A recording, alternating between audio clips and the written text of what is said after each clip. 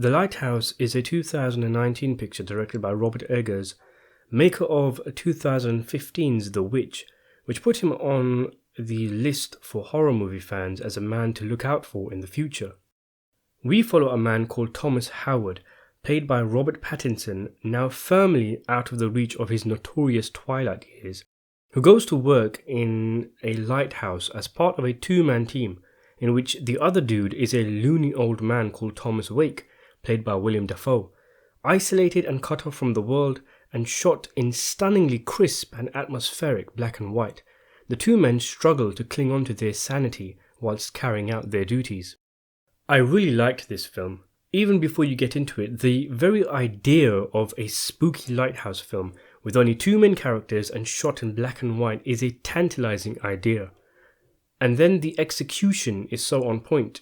It's a gorgeous looking film, gloomy, grim, atmospheric and mysterious, in perfect harmony with the film's tone.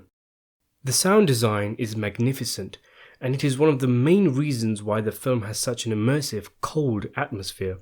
Sometimes you feel yourself shivering whilst watching the film, but in any case, it's one of those where, completely forgetting the story itself, you become lost in the film's atmosphere, and that's precisely what you want. The splashing of the waves against the rocks, the squawking of the seagulls, the repetitive, sinister lighthouse blare, William Dafoe's constant farting. It was a really great sounding film. The performances from the duo were terrific also. Pattinson is really proving himself to be a major player amongst Hollywood actors. He was transformative and completely convincing as this gaunt, burnt-out young man. And what needs to be said about Dafoe that hasn't been already? When you want someone to play a crazed weirdo, you give Dafoe a call.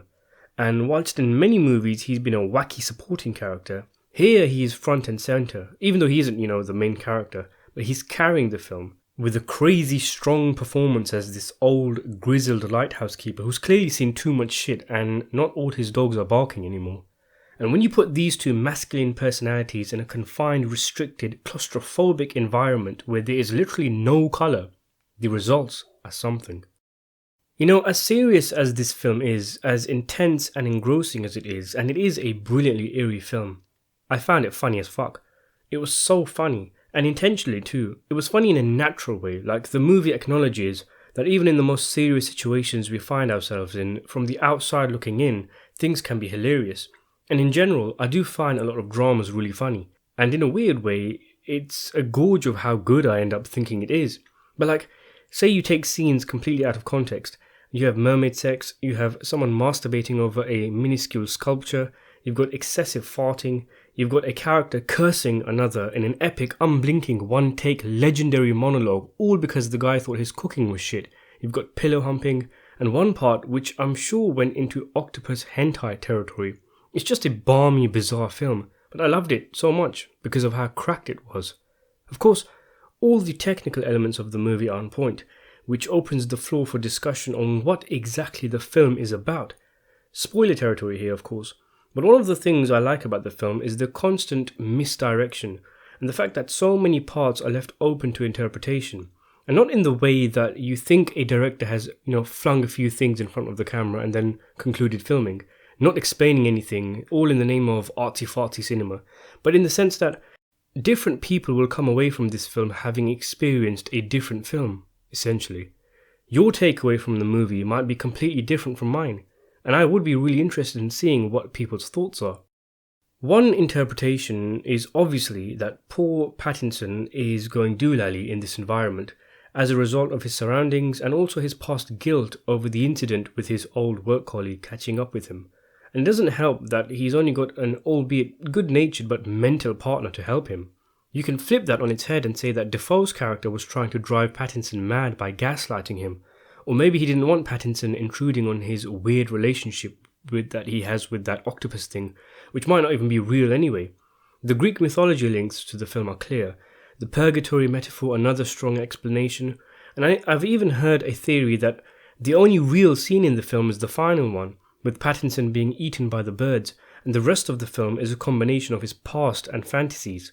In this interpretation, which I read online, the guy made numerous points to back up his case, Like the constant irritating birds pecking away at Pattinson throughout the film was essentially a similitude to what was happening in real life to him.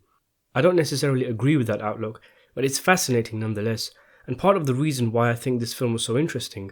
And then you have, the phallic symbolism of the lighthouse itself, with both men fighting to receive enlightenment from the tip, if you know what I mean. I like the Freudian aspect also, like the ID, the ego, the superego theory, that the ID was the lighthouse, the ego was Pattinson, and Defoe the superego. I mean, they even had the same name in the film, which reminded me of Ingmar Bergman's Persona, with the whole thing about the melding psyche. Lots and lots of interesting interpretations and theories, and in addition to what is already a really engrossing, atmospheric and superbly acted film, it makes it all the more greater. I give this film an 8 out of 10.